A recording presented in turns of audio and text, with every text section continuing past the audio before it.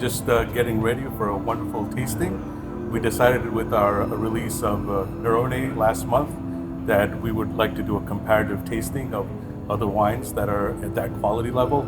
So we got 4 other wines. We have the 2021 100-acre Arc Vineyard, the 21 Colgan Cariad, the 2020 Mouton Rothschild, and the 2020 Lafite Rothschild, and then our 21 Naravane.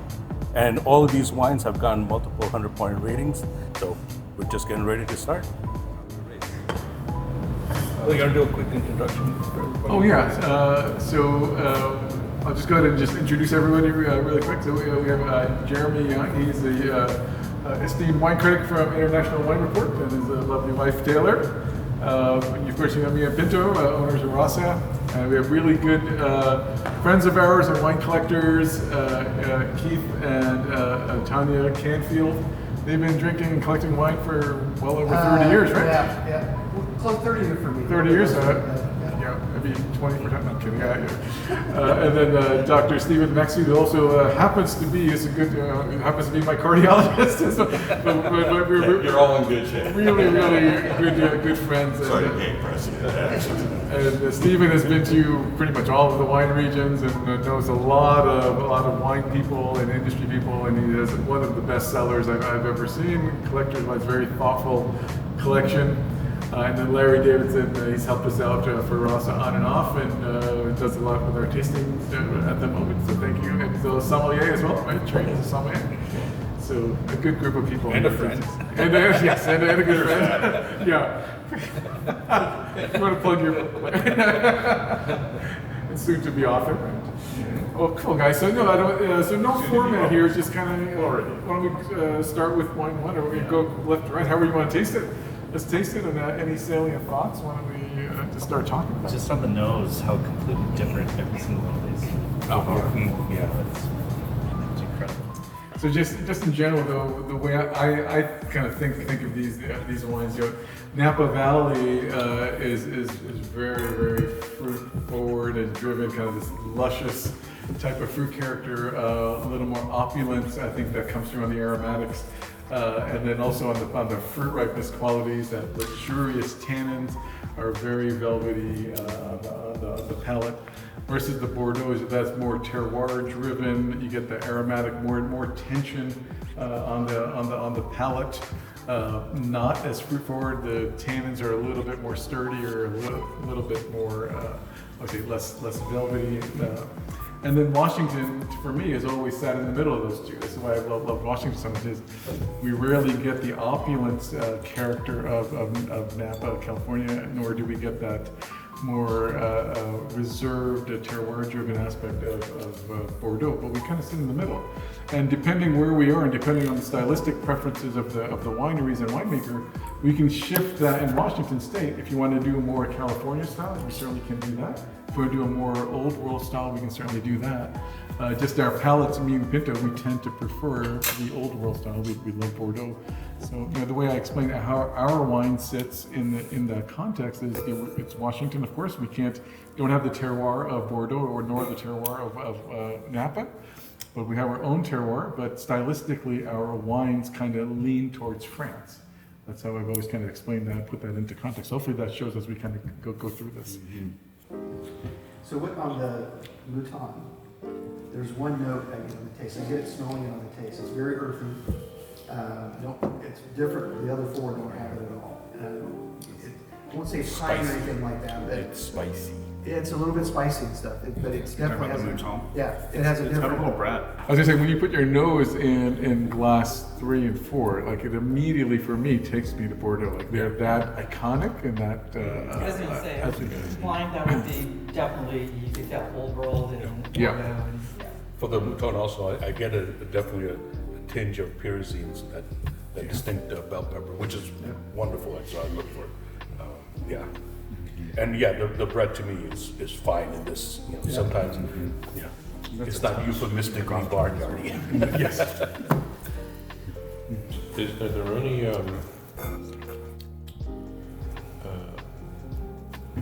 all new French? How many? Is it only in a few barrels?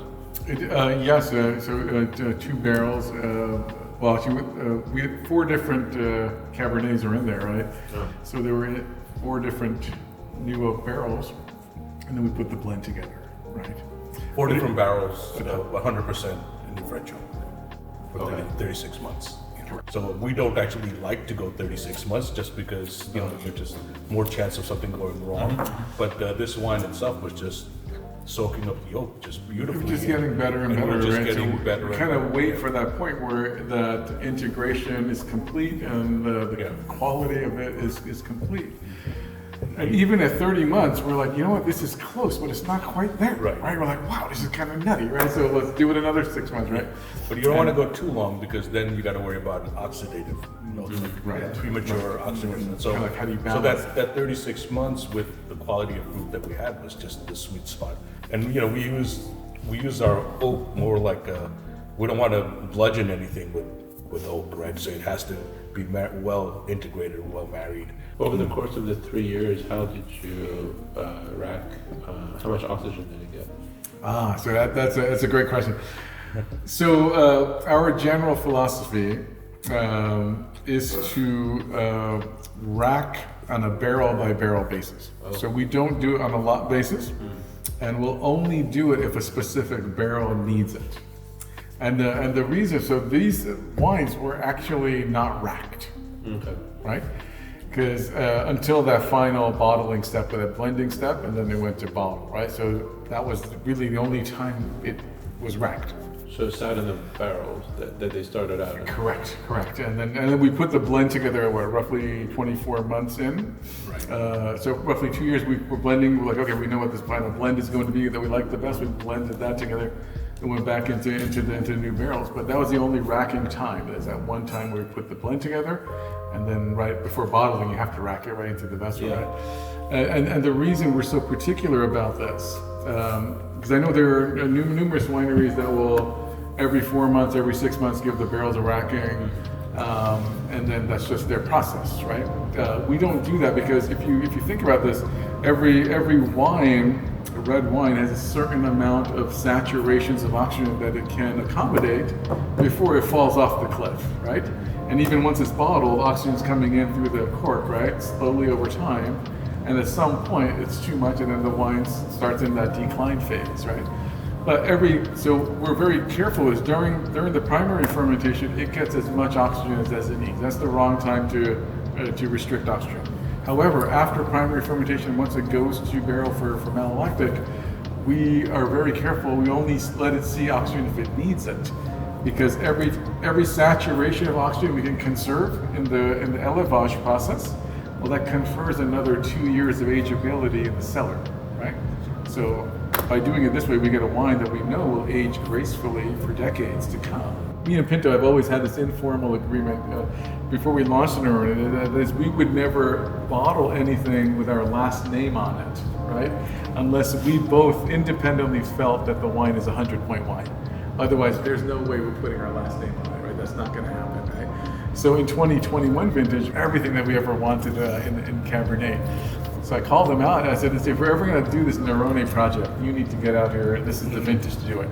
I knew it was going to be a great vintage because I was in the vineyards. I decided on when to pick, and I was telling Billo, 21's the best vintage for Cabernet that we've ever worked with. So I knew it was going to be great. What I didn't know when Billo called me and said, "Okay, you need to get out here because this is really going beyond our expectations." Relatively mild, wasn't it? It wasn't like a super hot summer like No, 16 it was actually the heat accumulation in 21 was higher than 16. Oh yeah. So it caused a huge amount of water stress on the berries. So we had these super small berries with thick skin. So the skin to juice ratio was fantastic in 21. Similar in 23 as well. But yes, no, it was quite a warm year. The heat unit accumulation was definitely higher than 16. Explain perhaps from a viticulture side what do you need to do as far as watering at those time at the heat dome, and how do you mitigate against getting that? So this is a kind of a peculiar thing because as we're approaching harvest, right? The natural thing is you want to restrict water, right? Because you want that concentration of the berries and all this stuff. However, that's the wrong thing to do is when the temperature is over 95 degrees and going to stay there for a while, to restrict water. Right? So all the growers that we work with, like, call them up and say, please make sure you're watering every day. It's going over 95 degrees. Because what will ultimately happen, and this is irreversible, is that leading into the berry, there are these xylem traces, what we call traces, and if they collapse, and with heat it will, then nothing else goes into the berry, so to speak, right? So now everything that's happening ripening-wise is through dehydration, desiccation, not anything developmental-wise. So we're very careful to let the growers know to please water. I know your inclination is not to water, but put it on our blocks again, right? 8-hour cycles every day. If it's over 95, I want water. And then once that's done, then we could taper that off again, right? A lot of the cooperages that we work with throughout the years, what they won't tell you initially, right, is that, by the way, we have these uber lux barrels, right, that we don't sell to anybody, right? There's like literally 100 of them, 50 of them might come into the States. So what we learned is that they will literally track the winemakers throughout the years, and if you're delivering at the higher end of the spectrum repeatedly with the scores and stuff, they'll make these very reserved barrels available to you. So How much do they cost? yes, they cost more, as you might reasonably expect, of course. But so considerably. yeah, so like one of the barrels, there's 100 of them come into the States. And 20 of them go to a winery in Napa that I'm 100% guarantee that and I've tasted the wine numerous times. And now, just because we've been making great wines throughout the years, very highly rated wines, I get 14 of them, right? So stuff like this has happened where I didn't know this initially when we first started out in 2007 that the barrel makers do this. Because you don't even see them on their portfolio. They're like, oh, by the way, we have these uber, so we tracked you for a bit, and so we've been fortunate enough to get some of this super exclusive oak into the programs, is what I'm saying, and that went into the Naravane right from the start, right? And retasting this from the other day, I mean, there's almost, the oak is there, but there's no oak profile. It's so Right, it should be haunting. seamless, right? It's so haunting in the background.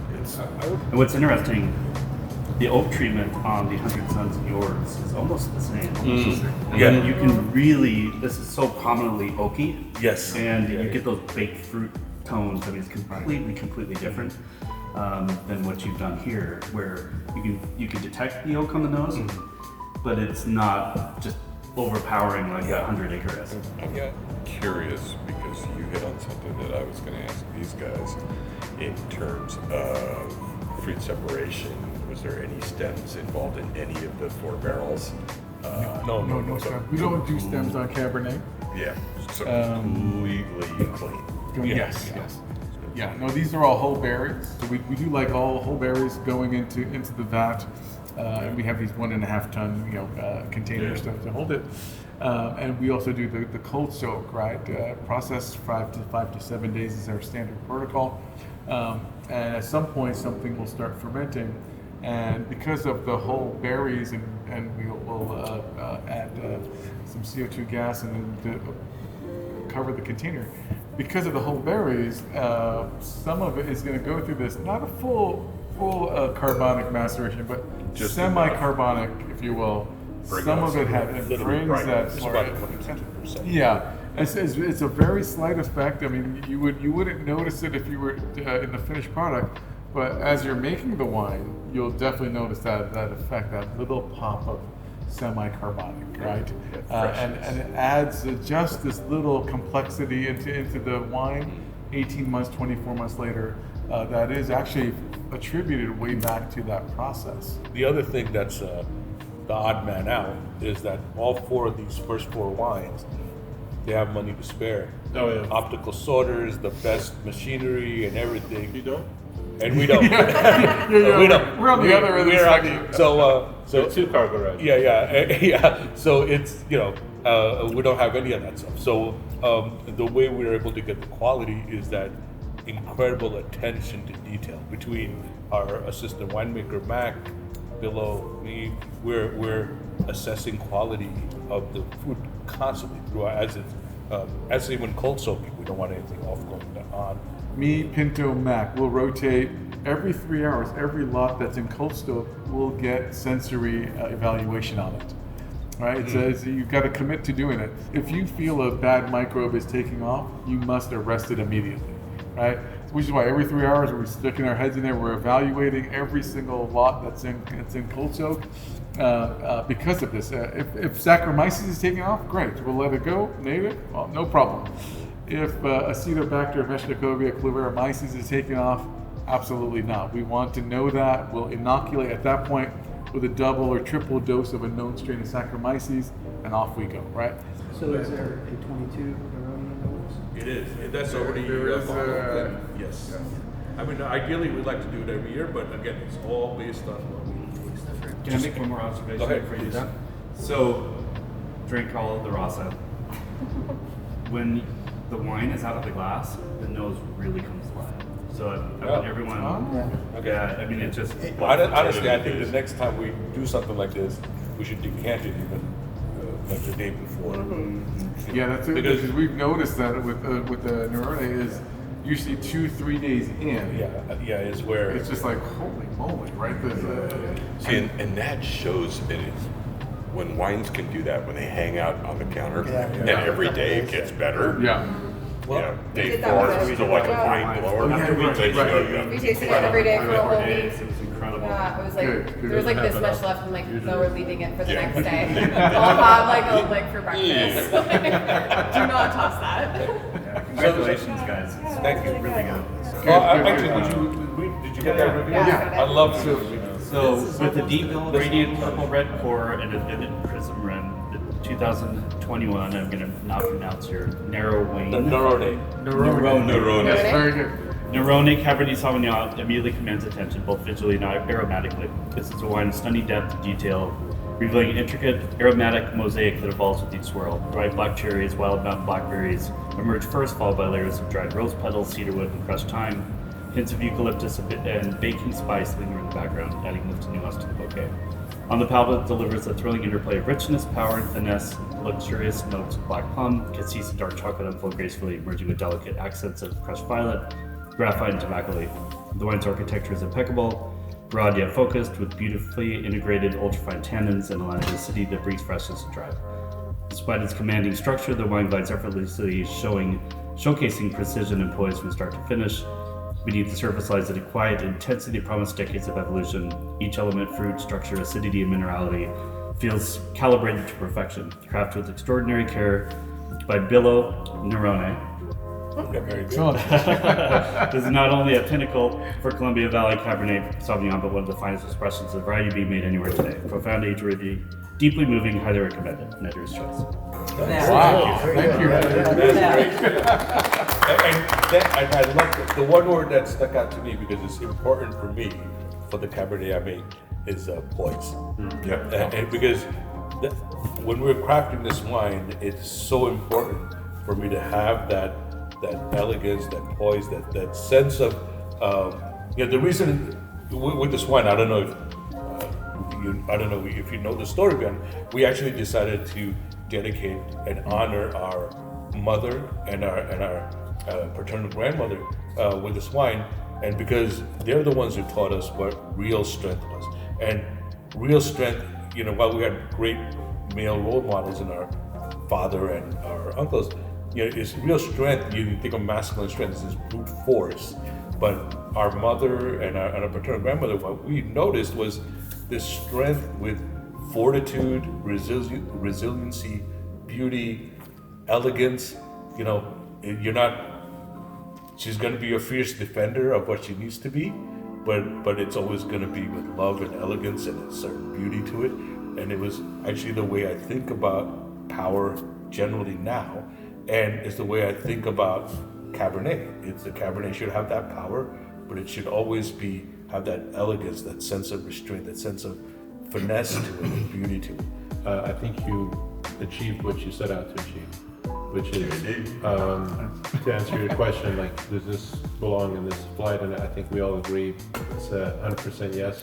Jeremy's review is, I think, beautifully written. Poise is what I think of you as individuals and also the wines you make. I think, that's a common theme about all these years, all these wines you made, all the cuvées.